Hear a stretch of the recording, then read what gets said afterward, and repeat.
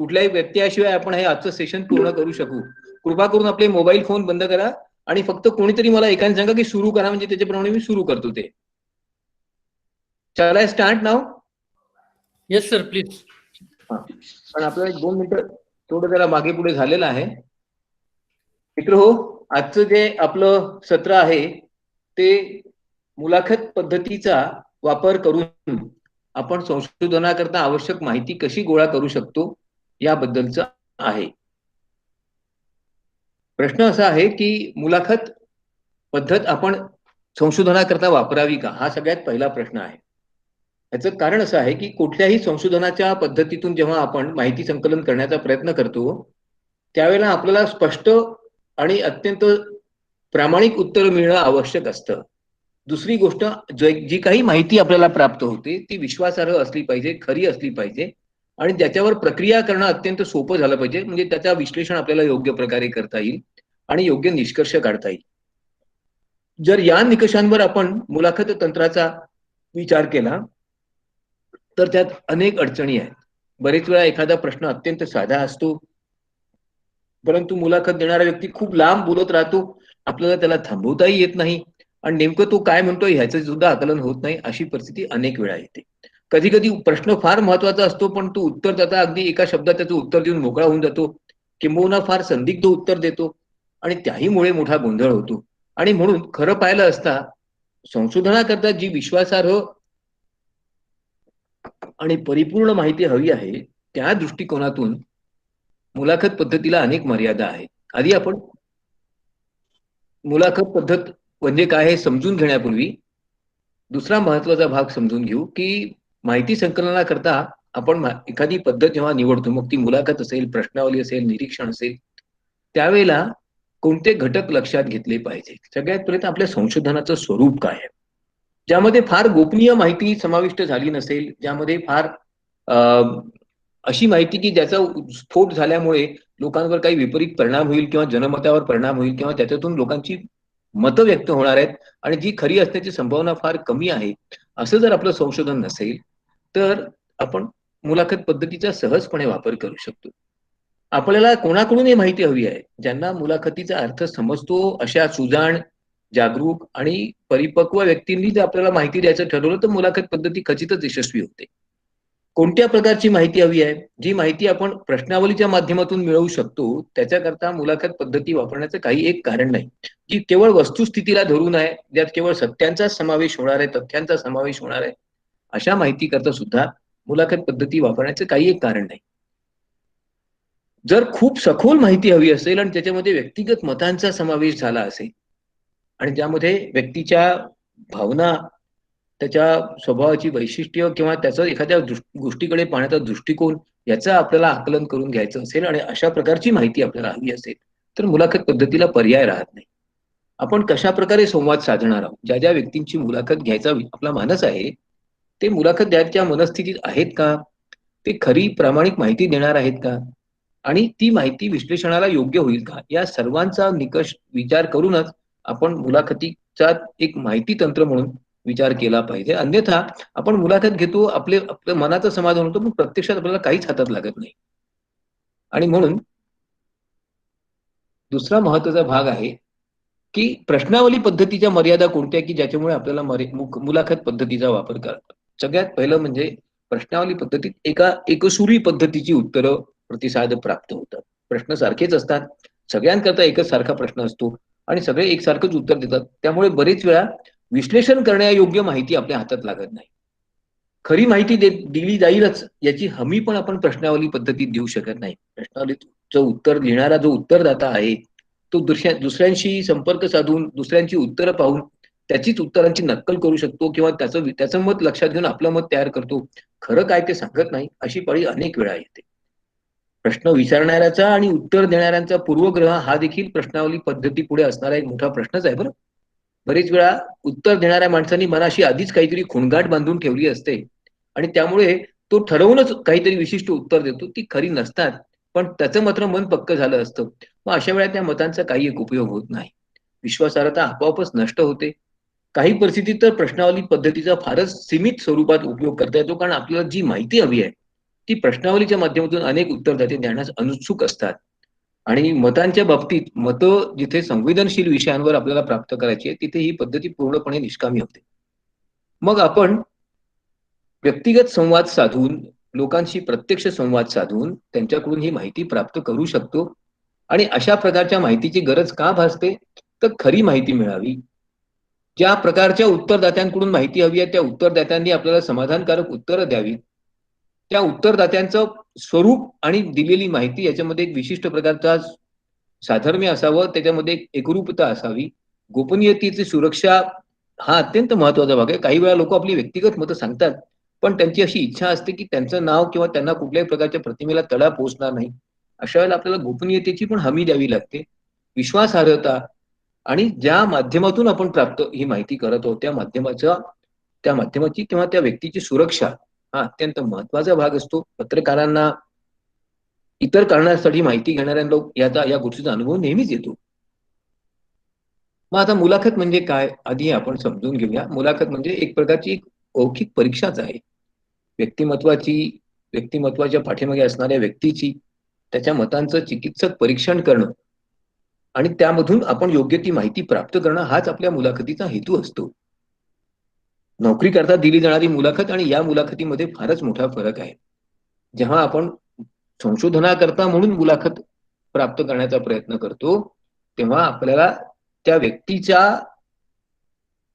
Achievements कामगिरीबद्दल फारशी काही उत्सुकता नसते, तर त्याच्याकडून आपल्याला सत्य माहिती करून घेण्याची इच्छा असते.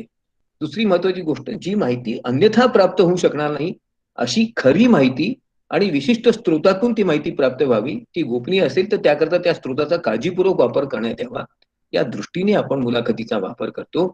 एखादी घटना, एखादा प्रसंग, एखाद्या ठिकाणी होणाऱ्या एखाद्या विशिष्ट कार्यपद्धतीचा प्रयोग, या पाठीमागची मनोभूमिका हे सगळं समजून घ्यायचं असेल तर मुलाखतीला पर्यायच नसतो आणि वास्तविकतेचा परिचय व्हावा, सत्याचा परिचय व्हावा हे बरेच वेळा मुलाखतीतून सिद्ध होतं. लोक तोंडी जेव्हा बोलतात त्यावेळेला बरेच वेळा काही अनवधानाने किंवा काही सूचक विधानं करून आपल्याला सत्य सांगतात, परंतु लिहितात तेव्हा लोक निश्चितपणे जास्त विचार करतात, सत्यापासून थोडस दूर जाण्याचा प्रयत्न करतात आणि म्हणून मुलाखत तंत्राचा आपण वापर केला पाहिजे. संशोधनात मुलाखत तंत्राचा वापर आपल्याला कशा प्रकारे सहाय्यभूत होतो हेही लक्षात घ्या. हे एक अत्यंत साधं सरळ तंत्र आहे. आपण प्रश्न विचारला की अपेक्षित उत्तर सामान्यपणे आपल्याला मिळू शकतं. व्यक्तीशी व्यक्तिगत संवाद साधल्यामुळे एक अनुबंध तयार होतो, त्याच्याशी आपण आत्मीयतेने बोलू शकतो, त्याच्याशी आपल्याला त्याच्या मनोभूमिकेचा विचार करून त्याला योग्य ते प्रश्न योग्य त्यावेळी विचारता येतात आणि त्यातून चांगली माहिती प्राप्त होऊ शकते. संवाद साधण्यात एक सहजपणा येऊ शकतो आणि सगळ्यात महत्वाचं म्हणजे कोणत्या भाषेत, कोणत्या पद्धतीने, कोणता प्रश्न कसा विचारायचा या सगळ्यांचं स्वातंत्र्य संशोधकाला प्राप्त असतं आणि म्हणून मुलाखत तंत्राचा जर कल्पकतेने आणि कुशलतेने वापर केला तर खूप चांगला प्रभाव आपल्याला दिसून येऊ शकतो. अनेक प्रकारचे मुलाखती असतात. सामान्यपणे जे लोक व्यावसायिक किंवा रोजगारासाठी मुलाखतीला जातात त्यांना या सगळ्या प्रकारच्या मुलाखतींच्या प्रकारांची माहिती आहेच. व्यक्तिगत मुलाखत, एखाद्या विशिष्ट हेतूनी घेतलेली मुलाखत, अनौपचारिक मुलाखत, सामान्य मुलाखत, एखाद्या पूर्वरचित प्रश्नावलीचा संच करून घेण्यात येणारी प्रमापित म्हणजे स्टँडर्डाइज मुलाखत, तर कधी कधी अनौपचारिक पद्धतीने घेतली जाणारी, काही वेळा त्याचं मत जाणून घेण्यापेक्षाही त्याला एखाद्या मताबद्दलचं महत्व पटवून देण्याकरता, सल्ला देण्याकरता अशा अनेक प्रकारच्या मुलाखती असतात. आपल्याला मात्र सामान्यपणे ज्या प्रकारच्या मुलाखतींची संशोधनासाठी आवश्यकता आहे त्याच्यामध्ये सखोल मुलाखतीला विशेष महत्व आहे. जेव्हा मुलाखत आपण सखोल स्वरूपात घेतो त्यावेळेला आपल्याला अधिक चांगली माहिती प्राप्त होते.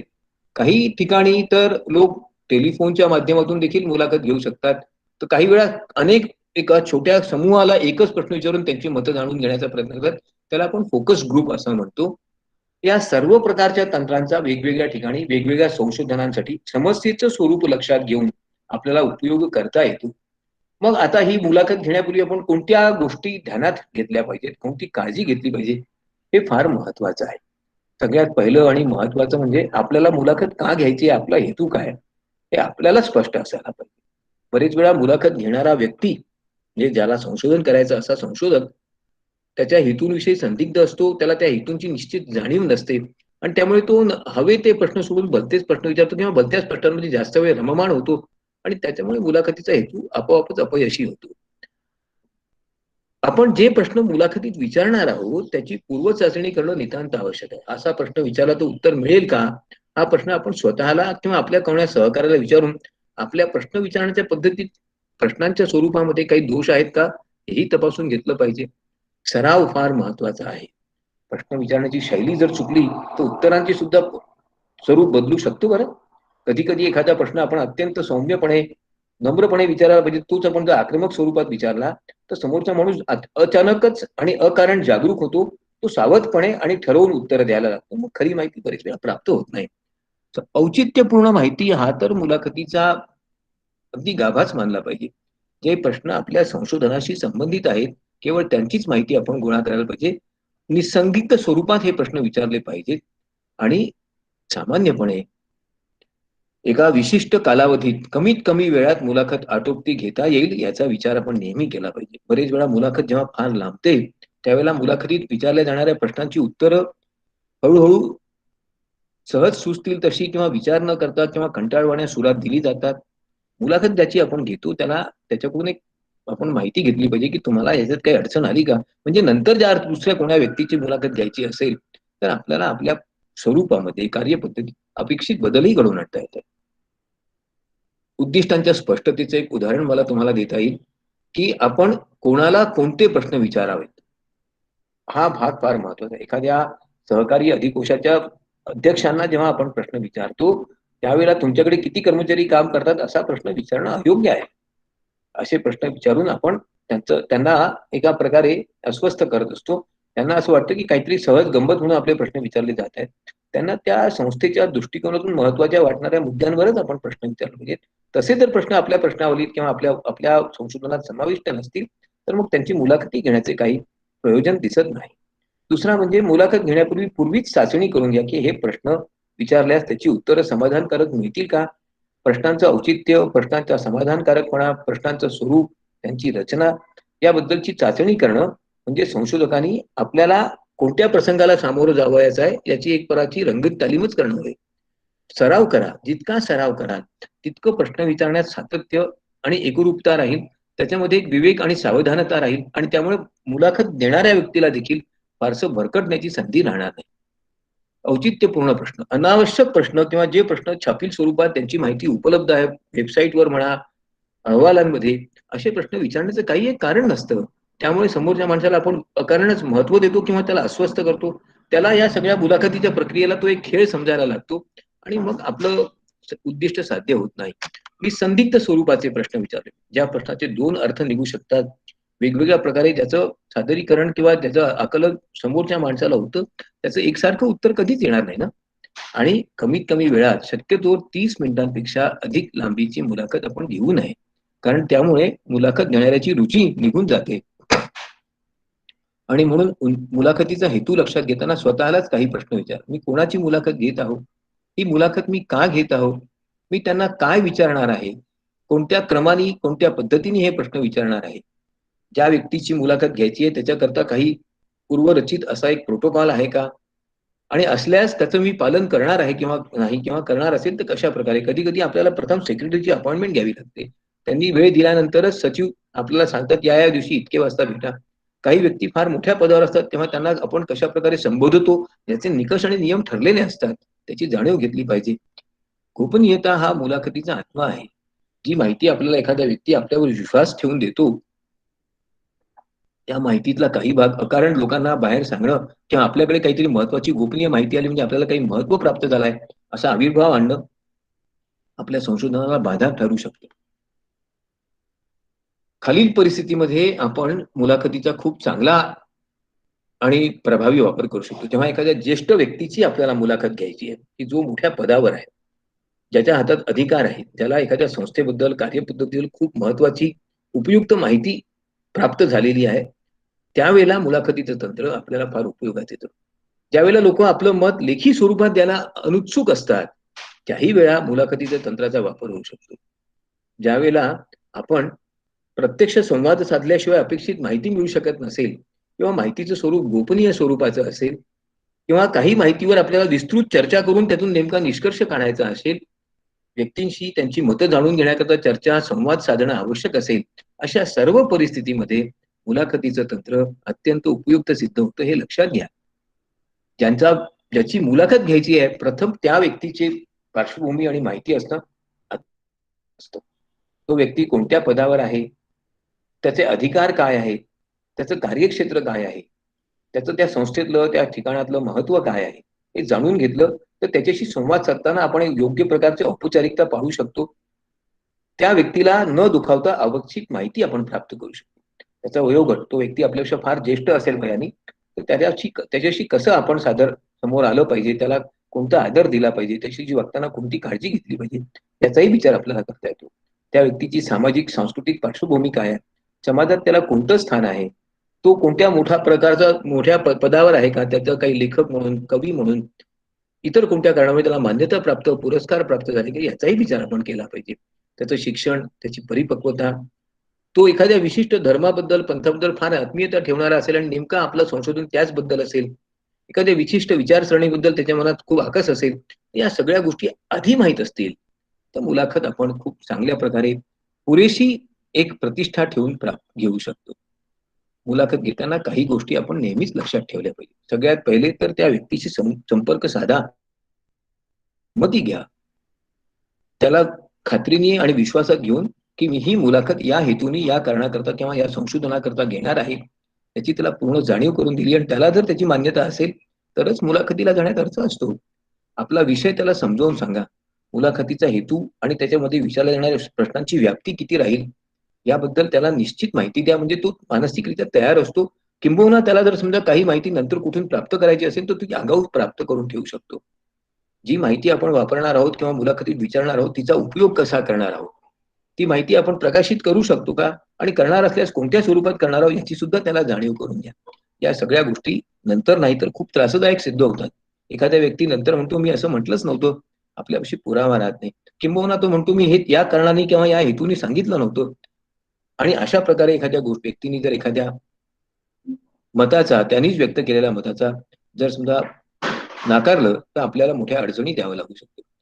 महत्वाची गोष्ट म्हणजे मुलाखत जेव्हा आपण घेतो तेव्हा आपल्या मनाचं काहीही त्याच्या तोंडी लावू नका, त्याच्या तोंडात घालू नका. त्यांनी एखादं वाक्य जसं सांगितलं असेल आणि त्याचं मत असेल तर ते त्याच शब्दात तसंच लिहून घ्या. त्यातले शब्द बदलणं त्याचा अर्थाला बदलास कारणीभूत ठरू शकतं. त्याचा आपल्यावर विपरीत परिणाम होऊ शकतो. जे त्यांनी म्हटलंच नसेल, जे त्यांनी सांगितलंच नसेल, पण आपल्याला वाटतं की त्यांनी असं म्हटलं आहे, अशा कुठल्याही गोष्टीचा उल्लेख आपल्या मुलाखतीत करू नका. आपली स्वतःची मतं त्याच्या नावाने सांगू नका, अन्यथा मुलाखतीचा हेतूच पराभूत होतो. मग मुलाखत घेताना आपण कोणती प्रक्रिया, कोणती कार्यपद्धती स्वीकारली पाहिजे? सगळ्यात पहिले तर आपण आपल्याला जी माहिती प्राप्त करायची आहे मुलाखतदार म्हणून, त्याच्याबद्दलचं स्पष्टीकरण त्याला दिलं पाहिजे. त्याची गोपनीयता टिकून राहील. हेतूशिवाय इतर कारणांशिवाय ही माहिती वापरली जाणार नाही. मुलाखत पूर्ण झाल्यावर तुम्ही असं म्हटलं होतं का, किंवा तुमचं मत असं आहे का, अशा प्रकारचा प्रश्न विचारून आपण संकलित आणि संपादित केलेल्या माहितीबद्दल खात्री करून घ्या. त्यानंतर शक्य झालं तर त्यांना एक आभाराचा मेल किंवा पत्र पाठवा. त्यांना आपली मुलाखत आवडली का याच्याबद्दलची खात्री करून घ्या आणि मगच पुढे चला. वेगवेगळ्या प्रकारच्या मुलाखती, वेगवेगळ्या उत्तरदात्यांच्या मुलाखती आपल्याला वेगवेगळ्या हेतूंनी घ्याव्या लागतात. कर्मचाऱ्यांचा जर आपण इंटरव्ह्यू घेतो एखाद्या संस्थेतला, तेव्हा आपला उद्देश त्यांना आधी सांगून त्या कर्मचाऱ्याचं नाव आपण घोषित करणार नाही, त्यांनी सांगितलेल्या मतांचा दुरुपयोग करणार नाही, त्याची गोपनीयता टिकून राहील याची हमी त्याला द्या. जेव्हा आपण एखाद्या मोठ्या प्रसिद्ध व्यक्तीची मुलाखत घेतो तेव्हा त्याच्या गोपनीयतेची, त्याच्या व्यक्तिमत्वाची, त्याच्या निजतेची हमी त्याला द्या. जेव्हा आपण इंटरव्ह्यू घेताना एखाद्या करदात्याकडून माहिती घेणार असो किंवा आर्थिक वित्तीय स्वरूपाची माहिती घेणार असो, तेव्हा त्याला सर्वात पहिले सांगा की ही माहिती या हेतू करता वापरणार आहोत, तिचा दुरुपयोग होणार नाही. अशा प्रकारे माहितीचं स्वरूप आणि उत्तरदात्यांचं स्वरूप लक्षात घेऊन जर आपण मुलाखतीचं तंत्र वापरलं तर आपण खचितच यशस्वी होऊ शकतो. एक महत्वाचा मुद्दा असतो तो म्हणजे मुलाखत घेणाऱ्या व्यक्तीच्या पूर्वग्रहांचा आणि मुलाखत देणाऱ्या व्यक्तीच्या पूर्वग्रहांचा उत्तरांवर होणारा प्रभाव. बरेच वेळा मुलाखत घेणारा व्यक्ती काही विशिष्ट मतं, काही विशिष्ट कल्पना आपल्या डोक्यात बांधूनच जातो आणि हे सामान्य गोष्ट आहे, ही काही फारशी वेगळी नाही. मग त्याला अपेक्षित उत्तर मिळाली नाहीत की त्याला थोडस एक प्रकारचं निराशा येते किंवा तो अस्वस्थ होतो किंवा तो उलट प्रश्न विचारून मुलाखत देणाऱ्या व्यक्तीला कदाचित अस्वस्थ करू शकतो, त्रास देऊ शकतो. आणि म्हणून आपलं तत्वज्ञान, आपले विचार बाजूला ठेवा. त्याच्यामुळे होणारा पूर्वग्रह फार वाईट असतो. दुसरी गोष्ट, एखाद्या विशिष्ट व्यक्तीबद्दल आपल्या मनात पूर्वग्रह असतो की हा काही मला धड उत्तर देणार नाही, हा या पक्षाचा, या मतांचा, या विचारांचा, या पद्धतीचा आहे आणि म्हणून याच्याकडून मला अपेक्षित माहिती मिळणार नाही. असा पूर्वग्रह करून जाऊ नका. आपण जर प्रामाणिक आणि मोकळेपणे प्रश्न विचारले तर बहुधा आपल्याला चांगली माहिती मिळू शकते. मतांबद्दलचा पूर्वग्रह फारच वाईट. कधी कधी उत्तरदात्याने एखादं मत आपलं व्यक्त केलं की आपण तत्काळ त्याला प्रतिप्रश्न विचारून तुमचं हे मत चूक कसं आहे हे सांगण्याचा प्रयत्न केला तर पुढची मुलाखत संपलीच म्हणून समजा. आणि म्हणून या गोष्टी आपण टाळल्या पाहिजे. याची अनेक उदाहरणं देता येईल. चुकीचं मत व्यक्त करणं किंवा चुकीच्या विषयावर मत मागणं हा फार धोकादायक प्रकार आहे. एखाद्या समाजवादी विचारांवर श्रद्धा ठेवणाऱ्या माणसाला जर आपण त्याला भांडवलवादाचे लाभ कोणते असे विचारलं तर तो सांगू शकणार नाही. कधी कधी स्वतःचा आत्मसन्मान, स्वतःबद्दल असणारं एक विशिष्ट प्रकारचं मत, अभिमान याच्यामुळे सुद्धा लोकांच्या उत्तरांवर विपरीत परिणाम होतो. काही गोष्टी आपण गैरसमज म्हणूनच जोपासत असतो, त्यांचाही आपल्या उत्तरांवर प्रभाव होतो. या सगळ्या गोष्टी आपण लक्षात घेतल्या पाहिजेत आणि त्या टाळण्याचा प्रयत्न केला पाहिजे. मग हा पूर्वग्रह कशातून निर्माण होतो? सगळ्यात पहिले तर आपली मतं नेहमीच स्पष्ट, प्रामाणिक आणि पारदर्शक असतात असं नाही. ती नेहमीच सत्यावर असतात, आधारित असतात असंही नाही. काही मतं आपण एखाद्या विशिष्ट पूर्वग्रहाला धरूनच केली असतात. तो ग्रह चुकीचा असतो, ते मत चुकीचं असतं आणि त्यामुळे आपोआपच आपली उत्तरं देखील एका विशिष्ट दिशेने जायला लागतात. उत्तरदात्याच्या बाबत देखील तसंच होत असतं. त्याचा ज्या विषयाबद्दल चांगलं किंवा वाईट मत आधीपासून झालं असेल, त्याचा त्याच्या पूर्वग्रहावर प्रभाव होतोच. हा त्याच्या व्यक्तिमत्वाचा एक प्रकारची मर्यादा आहे, आपण लक्षात घेतली पाहिजे. वर्तमानपत्र वाचून, लेख वाचून, टीव्हीवरील बातम्या ऐकून किंवा संवाद ऐकून, परिसंवाद ऐकून लोकांची काही मतं तयार होतात. ती सुद्धा फार वेळ बरोबर असतात असं नाही, परंतु त्यांनी ती स्वीकारली असतात. मग त्याच्यामुळे त्यांना त्या विषयावर जर काही प्रश्न विचारला तर कदाचित त्यांची मतं आपल्याला आपण त्याची सहमत होऊच असं नाही. पण जेव्हा आपण मुलाखत घेतो तेव्हा ती मतं आपण जशीच्या तशीच नोंदविली पाहिजे. चुकीच्या प्रश्न विचारले, चुकीच्या पद्धतीने प्रश्न विचारले तरी देखील पूर्वग्रह निर्माण होतो. विशेषतः धर्म, पंथ, मूल्यव्यवस्था, धार्मिक भावना, तत्वज्ञान, विचारधारा यांच्याबद्दलच्या अनेक व्यक्तींची मतं अत्यंत प्रबळ असतात, खंबीर असतात, भरीव असतात. त्याच्यामध्ये त्यांना बदल करायला कोणी सांगितलेलं किंवा त्याच्याबद्दल दुखावणारं मत विचारलं, प्रश्न विचारला तर त्यांना आवडत नाही. आणि म्हणून लोकांचे एखाद्या धर्माबद्दल, पंथाबद्दलचे विचार जाणून जर योग्य प्रकारे प्रश्न विचारला तर बहुतेक वेळा आपल्याला चांगलं उत्तर मिळू शकतं. मग आता हा पूर्वग्रह टाळण्याकरता आपण काय करू शकतो? सगळ्यात पहिले तर आपण बोलताना खूप असं सैद्धांतिक स्वरूपात बोलून चालत नाही. लोकांना समजेल अशा सोप्या भाषेतच आपण प्रश्न विचारले पाहिजे. प्रश्न विचारताना अत्यंत मैत्रीपूर्ण, सौहार्दपूर्ण दृष्टिकोन ठेवला पाहिजे. प्रश्नापुरताच आपला त्याच्याशी संपर्क साधायचा ही गोष्ट लक्षात ठेवून कारण त्याच्या व्यक्तिगत जीवनात ढवळाढवळ होणारे प्रश्न विचारू नये. आपण कशाकरता हा प्रश्न विचारतो आणि त्याचे काय काय परिणाम होऊ शकणार आहे याच्या पूर्वकल्पना देणारा एखादा साधा प्रश्न व्यक्तीला विचारला तर त्याची एक मानसिकता तयार होऊ शकते. सरळ प्रश्न विचारणं हे सामान्यपणे एक चांगलं लक्षण आहे. त्याच्यामुळे चांगली उत्तरं येण्याची शक्यता असते. जे प्रश्न अत्यंत एका विशिष्ट दिशेने जाणारे आहेत किंवा त्या व्यक्तीला विशिष्ट प्रकारे विचार करायला लावणार आहेत असे प्रश्न शक्यतोवर विचारू नका. कारण त्यामुळे तो व्यक्ती त्या दिशेने विचार करायला लागतो. नंतर नंतर त्याला असं वाटतं की हे मला काहीतरी एका विशिष्ट पद्धतीने अडचणीत आणण्याचा प्रयत्न करत आहे किंवा माझ्यावर दडपण आणण्याचा प्रयत्न करत आहेत. त्याचा विपरीत परिणाम होऊ शकतो. काही वेळा एखाद्या प्रश्नावर उत्तरदात्याने उत्तर दिलं नाही तो मौन स्वीकारत असेल तर त्याला सुद्धा उत्तर समजून पुढे जाणार. शक्यतोवर प्रत्येक उत्तराचा योग्य नोंदणी ठेवण्याची पद्धत चालू ठेवा. चांगला मुलाखत घेणारा जो व्यक्ती असतो त्याचे काही गुण असतात. सगळ्यात पहिले तर तो प्रामाणिक असतो. तो चालबाजी करून उत्तरदात्याला फसवून अपेक्षित माहिती मिळवण्याचा फारसा प्रयत्न करत नाही. कारण एकदा हा प्रयत्न केला की नंतर तो आपोआपच बाकीचे उत्तरदाते सावध होतात. तो फक्त तन्मयतेने आपल्या विषयाला धरून ज्या विषयात त्याला रुची आहे, आवश्यकता आहे त्याचीच माहिती विचारतो. अचूक प्रश्न विचारण्याची कला त्याला साध्य झाली असते. त्याचं व्यक्तिमत्व त्या उत्तर देणाऱ्या व्यक्तीला प्रसन्न करणारा असलं पाहिजे हे अत्यंत आवश्यक आहे. नाहीतर अचानक आणि अकारण निर्माण होणारा एखादा मानसिक दुरावा प्रश्नोत्तराच्या संपूर्ण कार्यक्रमाला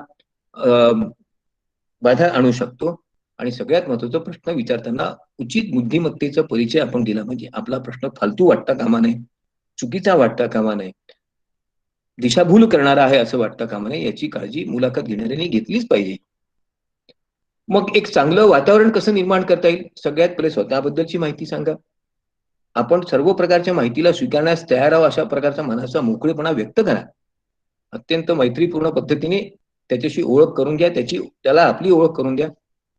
आणि एखाद्या वर्तमानपत्राचा आपण वार्ताहर आहोत किंवा एखाद्या महत्वाच्या गुप्त माहितीचे विश्लेषण करण्याकरता येथे डिटेक्टिव्ह म्हणून आलो आहोत अशी भावना निर्माण होऊ देऊ नका. केवळ अपेक्षित, स्पष्ट आणि विषयाला धरूनच प्रश्न विचारा. आपोआपच आपलं काम यशस्वी होण्याची शक्यता असते. सगळ्यात महत्वाचं म्हणजे आपल्याला वेगवेगळ्या प्रकारची उत्तरं प्राप्त होऊ शकतात. काही उत्तरं अपूर्ण असतात. त्याच्यातून आपण योग्य तो निष्कर्ष काढू शकत नसेल तर तो प्रश्न वळवून पुन्हा एकदा विचारा. काही वेळा उत्तरं असं बिलकुलच संदर्भ रहित असतात, विषयाला धरून असतात, फार वेगळी असतात. अशा वेळेला अशी उत्तरं आपल्या नोंदीमधून काढून टाका. त्याला असं म्हणू नका उत्तर देणाऱ्याला की तुमची काहीतरी तुम्ही भलतीच माहिती देतात. त्याचा कल लक्षात घेऊन जी माहिती आपल्याला अयोग्य वाटते, संदर्भहीन वाटते ती टाळा, त्याच्याकडे दुर्लक्ष करा. काही वेळा उत्तर जाणून बुजून चुकीचे दिली जातात. असे प्रश्न लक्षात घेऊन पुढच्या वेळेला तो प्रश्न पुन्हा एकदा पलटवून किंवा शब्द बदलून विचारा आणि ती चूक असणारी माहिती जी आहे ती टाळा. काही वेळा उत्तरांमधून द्वयार्थी असे अर्थ निघू शकतात किंवा काही प्रश्नांची उत्तर देताना हावभावात देहबोलीच्या माध्यमातून उत्तरं दिली जातात. त्यांचाही योग्य तो विचार करा. मग मुलाखतीची सुरुवात करताना आपण काय केलं पाहिजे? सगळ्यात पहिले तर चांगलं वातावरण निर्माण केलं पाहिजे. स्वतःची ओळख करून द्या. आपल्या मुलाखतीचा हेतू त्याला सांगा. योग्य प्रकारचा संवादाकरता वातावरण निर्माण झाल्यानंतरच मुलाखतीला प्रारंभ करा. त्या व्यक्तीला समजून घ्या. त्याची पार्श्वभूमी, त्याचा कल, कोणत्या प्रश्नाबद्दल तो काय विचार करून उत्तर देणार आहे याची एक मनाची तयारी करून मगच त्याला बोलतं करा. त्याचं मन वाचा. त्याची भूमिका, त्याचं एकंदरीतच मानसिकता काय आहे? तो प्रसन्न मुद्रेने आपल्याला भेटतो आहे की तो दुर्मुखलेला आहे, नाराज आहे? काही विषय त्याला आवडत नाही असे आपल्या प्रश्नावलीत आहेत का? या सगळ्यांचा काळजीपूर्वक विचार करा. आणि एखाद्या हास्यवदन पद्धतीने जर आपण सुरुवात केली तर निश्चितपणे त्याच्या मनातला पूर्वग्रह सुद्धा आपण काही प्रमाणात कमी करू शकतो. काही गोष्टी लक्षात ठेवल्या पाहिजेत. सुरुवातीलाच अत्यंत नाराजीचं वातावरण निर्माण होणार नाही. तिथली शिस्त बिघडणार नाही. त्या वातावरणात कुठल्याही प्रकारचा दुरावा, दूषितपणा निर्माण होणार नाही. याची काळजी घ्या. मुलाखतीला जी वेळ दिली असेल त्याच्या 5 मिनिटं अगोदरच तिथे शक्यतोवर पोहोचण्याचा प्रयत्न करा. विनाकारण तणाव निर्माण करणारं कुठलंही विधान करू नका किंवा त्या व्यक्तीला तशी संधी देऊ नका. कोणत्याही व्यक्तीबद्दल मनातला पूर्वग्रह, चुकीचं मत धारण करून पुढे जाऊ नका. कोणता व्यक्ती आपल्याला कशा प्रकारे सहाय्य करणार आहे याची आपल्याला बरेच वेळा कल्पना नसते, अंदाज नसतो. आपल्याला खूप चांगली मतं मिळू शकतात, प्रोव्हायडेड जर आपण त्या व्यक्तीबद्दल पूर्वग्रह आपल्या मनाशी धारण केला नसेल. आपला तणाव, आपली घाई कधीच व्यक्त होऊ देऊ नका.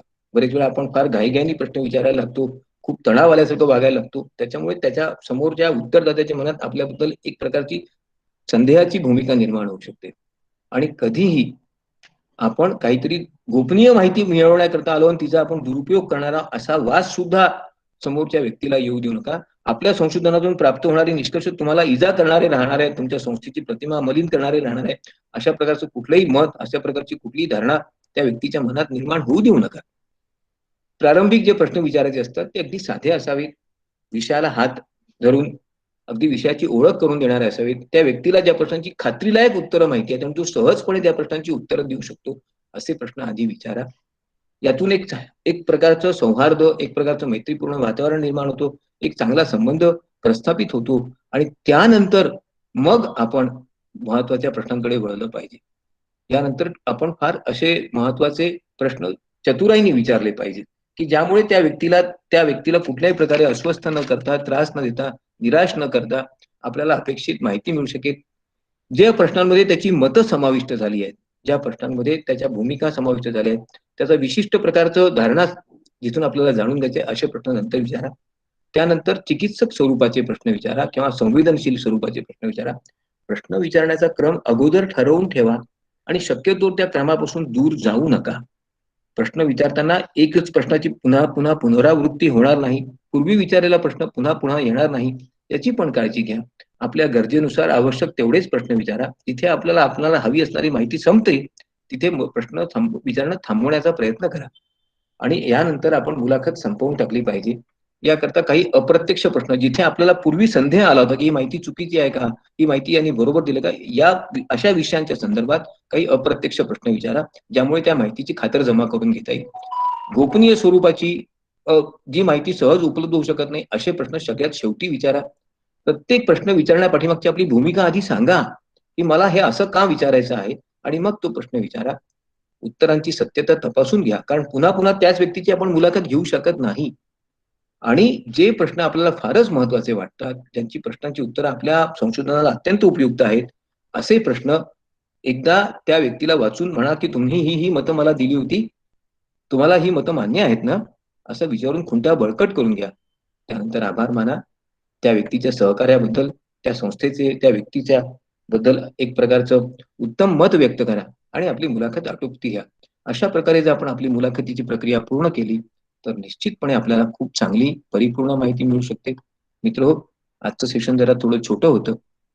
पुढच्या सोमवारी आणि बुधवारी दिवाळीचा सण आहे, म्हणून तुम्हाला सर्वांना दिवाळीच्या आणि नवीन वर्षाच्या शुभेच्छा देतो आणि थांबतो. धन्यवाद.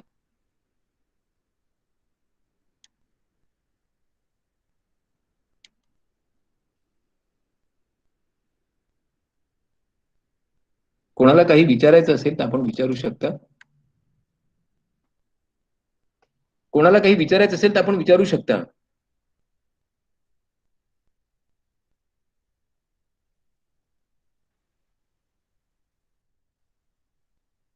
हॅलो, कोणाला काही विचारायचं आहे का? बरं, ठीक आहे. धन्यवाद. आपण सर्वांचा मी आभारी आहे. परत आता आपण या सोमवारी आणि बुधवारचा दिवस सोडून येणाऱ्या पुढच्या सोमवारी भेटू. तोपर्यंत धन्यवाद. शुभेच्छा.